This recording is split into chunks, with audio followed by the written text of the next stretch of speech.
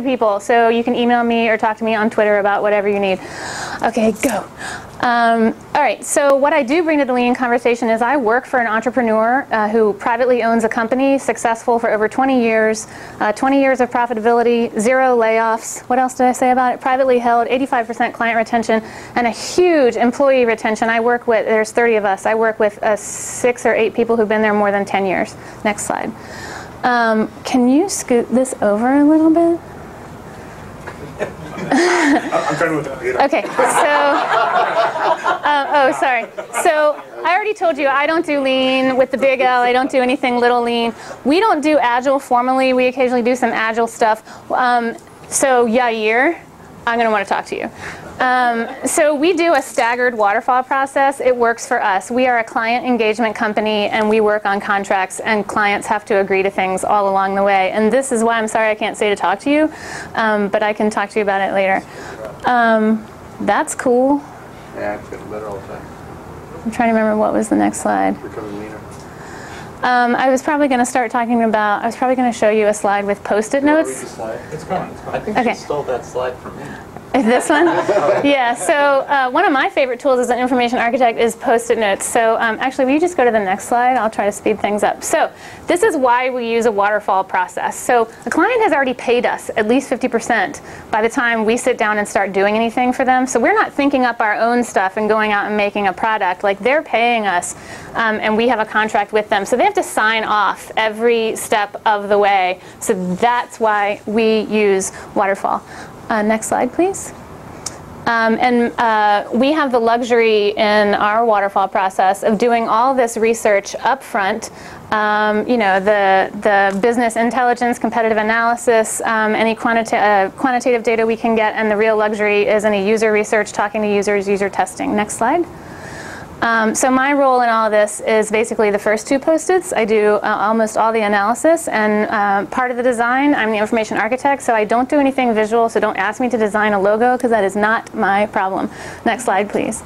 So these are some of my tools that I use, and I think the presentation will be available later. I won't have to read through all of these, but what I came here to talk about is wireframes. And so I'm an information architect. A lot of people call themselves user experience designers. Some people will tell you that's the same thing. Some people will tell you it's different things. That's another controversy for another day. Next slide, please. Okay, so wireframes. They serve lots of purposes. Sometimes you have wireframes that have to serve all these purposes, and sometimes they really only serve one purpose. And sometimes they need to be consumed by a lot of different audiences. So, you know, if you're a really small shop and you're thinking up your own product and sending it out, chances are you're just wireframing for your peers so that they can build it, right? So that's not how I work. I have to actually wireframe for my peers. My manager actually usually doesn't look at it. Usually the owner of the company is looking at what I'm doing. But you might have a co-founder that just needs to, like, basically be in on what you're doing. So you need to communicate on your little diagrams, like, here's how it works.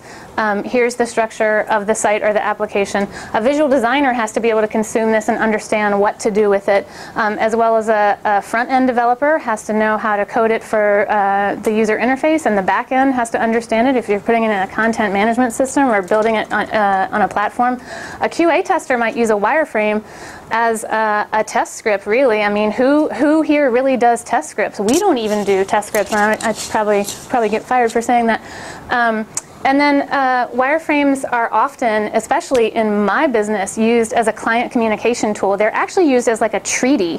So I can use them to start a conversation with a client and say, we think it should be this. And then there's, you know, reviews and a review process, and we come back and go over it a few more times, and we end up with sort of a treaty, an agreement. Even if it's like a 500-page deck of god-awfulness, it is like, here's an agreement of what we're going to do, and it contains everything. Next slide, please. So wireframe is just another name for a blueprint. So here we have a blueprint of something you might have seen in a movie. It's a specification for the Millennium Falcon. So it just basically lays out the schematic of how it should work. It's just like a blueprint for a building or a device that you're building. And then it has annotations for special parts of it, like the hyperdrive, and, you know, it talks about the different users that are going to use it, Han Solo and Chewbacca. Next slide, please. This is a wireframe. You can draw it on the back of a napkin. Next slide. This is a wireframe. It can be highly annotated, and all these little annotations, it's too fine for you to see, but they're talking about the different states in the screen when you hover on something. Next slide. So, I'm going to get into the survey of tools in just a second, but what I want to say is a wireframe can be just a drawing, but I issue you this caution that a lot of times if you are wireframing something and you can't make that wireframe into a prototype, you're going to lose time or money or both. And sometimes that is worth it. Sometimes the wireframes you need to be very schematic, and they're more of a communication tool with a client and less of a prototype need. And sometimes you really need a working prototype to be spit right out of a wireframe. Next slide. Okay, so the survey of tools. Next slide. Pen and paper. No, I'm an improviser. It's completely improvised. So pen and paper, you can do a wireframe on pen and paper. It's only limited by your imagination and the size of the paper. If you're wireframing, I consider pen and paper to be a whiteboard too. It's great for group collaboration if you're deciding things as a team. It's great for instant disambiguation. Did you mean a tab like this, or did you mean, something down here? Of course, the limitations are you can't digitize it unless you take a photo and go away and recreate it, and you can't reproduce it. Next slide. So paper prototyping is another way you can develop websites, applications, and products like Jan just talked about. So you can use paper prototyping, like cut up a bunch of widgets and stuff to make wireframes, and you can also do it for user testing with websites or products or anything. Next slide. Here you see one of the downsides of paper prototyping. One of the big cons is it is a pain in the ass to redraw this that you decided on to go into a program and redraw it digitally. It's just wasting time. So that's one of the things I caution you about, is you may want to pick a wireframing tool that can spit out a prototype. Next slide. So you never could reproduce them digitally until this new program, UXPin. There's a proprietary set of these little sticky widgets that you can go and like arrange them how you want, and there is an iPhone app. You can take a photo of it and it will reproduce it in their software and make it instantly editable. And this is pretty exciting if paper prototyping is your thing, and this is very, very cheap. It does save time if paper prototyping is your thing, but of course it's a proprietary kit. It's finite. The kit is $30. If you run out of this kind of widget, you got to buy another kit, and the app runs from $7 a month. Next slide. So on the other end of the scale is InDesign, which was created for print publications. It's an extremely robust program. If you already have InDesign available to you, it is a great tool for wireframing if you know how to use it. It has a large learning curve, but it can be extremely high fidelity. It has great capabilities for annotation. It's great for big projects because it has this wonderful templating system if you need to do that. This is one of the best things for templating that you can have. Unfortunately, it's more than $1,000. It's probably way more than what you need if you're a startup or a small shop. Next slide. Fireworks, probably a lot of you guys use Fireworks or other Adobe things. You can spit out a clickable prototype. You can spit out CSS or HTML. So this can be, you can create a wireframe and make a prototype. I would say it probably has a medium learning curve, and of course it's a proprietary Adobe product.